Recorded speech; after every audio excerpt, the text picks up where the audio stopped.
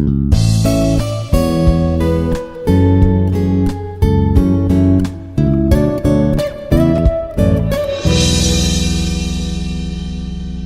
morning to all. This is Dr. Padma, Assistant Professor, Department of Physics, Institute of Aeronautical Engineering. Today's topics are silicon controlled switch, which is known as the SCS, and gate turn off thyristors, commonly known as the GTO. So in silicon controlled switch SCS, we will discuss about the introduction, construction of SCS, working principle of SCS, advantages of SCS, disadvantages of SCS, and applications. So in gate turn off thyristors, we will discuss about the introduction of GTO, how to construct GTO device and working of the GTO, the characteristics of the GTO, and finally we will discuss about the applications of GTO. First one is silicon controlled switch, commonly known as the SCS. So the silicon controlled switch, commonly known as the thyristor. So it is also known as the thyristor. It is a semiconductor device that enables the flow of electric current under the specific conditions. So unlike regular transistors, once it is turned on, remains conductive until the current flowing through it drops to zero or until external control is applied to turn off the device. So its unique switching capability makes it an essential component in various applications. So the silicon controlled switch, commonly known as the thyristor. So it is a semiconductor device that enables the electrical current under the specific conditions. So unlike regular transistors, once the SCS device is turned on, it remains in the conductive state until the current flow through it drops to zero, or until the external control is applied to turn off the device. So its unique switching capability makes it very essential components in various applications. So this device operates by providing a short circuit. Here we are using the short current or voltage pulses to the gate terminal, which causes the device to conduct straight.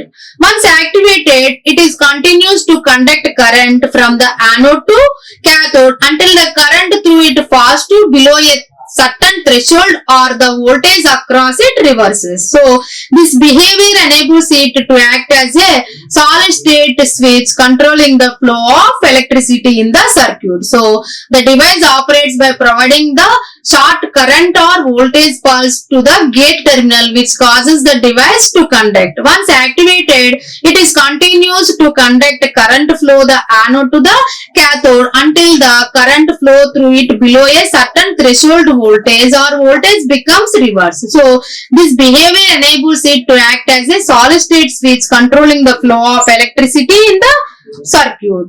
So construction of SCS. So it consists of several layers of semiconductor material, primarily which is made of silicon. So its construction involves in the three terminals. Those are anode cathode, anode gate, and cathode gate.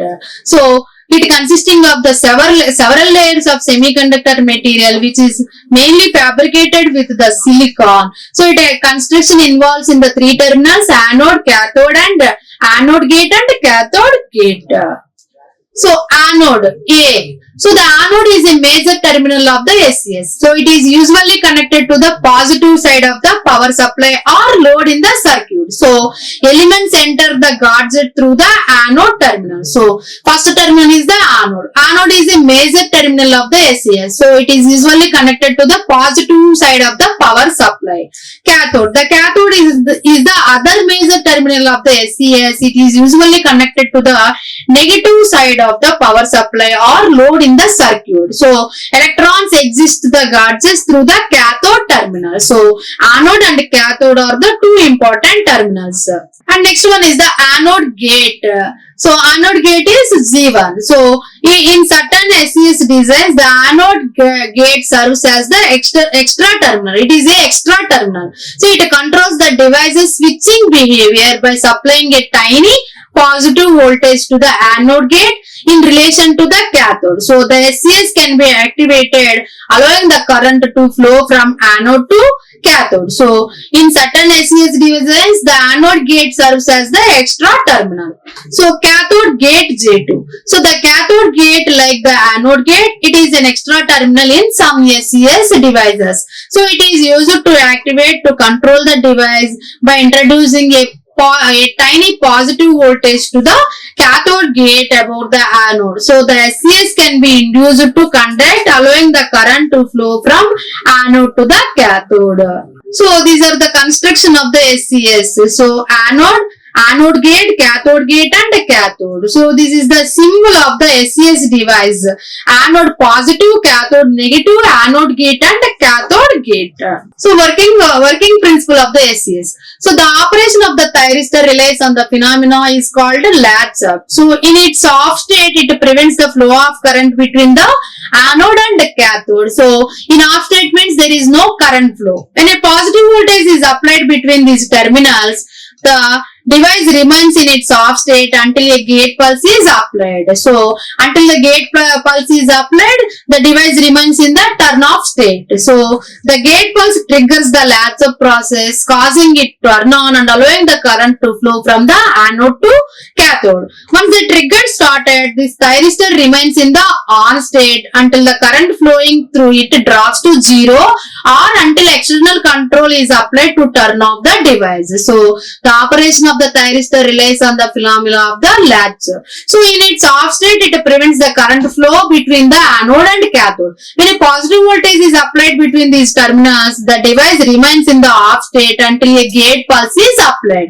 Once the gate pulse triggers the latching process, then it causing to turn on and allowing the current to flow from the anode to cathode. So once the trigger, the thyristor remains in the on state until the current flowing through the circuit drops to zero or any external circuit is applied to turn off the device.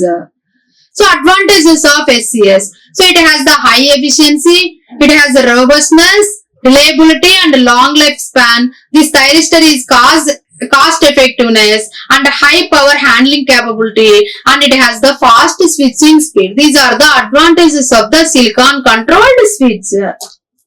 Disadvantages. So it can generate significant heat during the operation. So during the operation, it produces the heat. So it has limited ability to turn off once the triggered into the conduction. So it can be sensitive to voltage transient and over voltage conditions. So the devices have a non-zero reverse recovery time. These devices may be larger and heavier compared to some other semiconductor devices. So these are the disadvantages of the SCS. So it produces the heat. So it is one of the major disadvantages of the SCS. So applications. So it can be used in the power control systems, lighting control, converters and inverters, pulse generator, motor control systems, AC and DC power supplies, welding equipments, power transmission and distribution systems, pulse power systems and high vacuum systems. Second one is the gate turn-off thyristors, which is commonly known as the GTO. So a gate turn-off thyristor GTO is a special type of thyristor which has the high power semiconductor device. So it was invented by the GE company, General Electric company. So this is the cross-section view of the GTO. This is the P layer, N layer, P plus, N plus. This is the gate, cathode and anode. This is the cross-section view of the GTO. So this is the electronic symbol of the GTO. Anode, cathode and gate. So this is the equivalent circuit of the GTO, gate turn-off thyristor.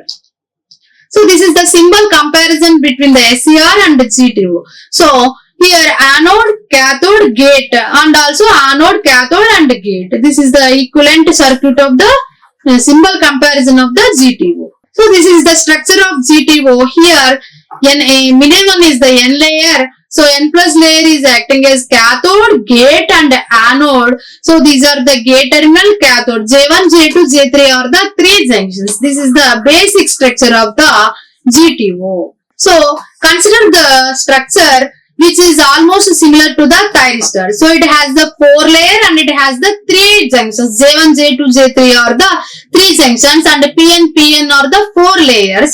So it is looking like a standard thyristor. So in this N plus layer at the cathode, it is highly doped to obtain the high emitter efficiency. So this results the breakdown voltage of the junction J3, which is typically in the range of 20 to 40 volts. Construction. The doping level of the p-type gate is highly graded because the doping level should be low to maintain high emitter efficiency. So the doping level of the p-type gate is highly doped because to obtain the to maintain the high emitter efficiency. Whereas for having good turn-off properties, doping of the region, so the doping of the p-type layer must be high. So in addition, gate and cathode should be highly interdigited with various geometric forms to optimize the current to turn off the capability.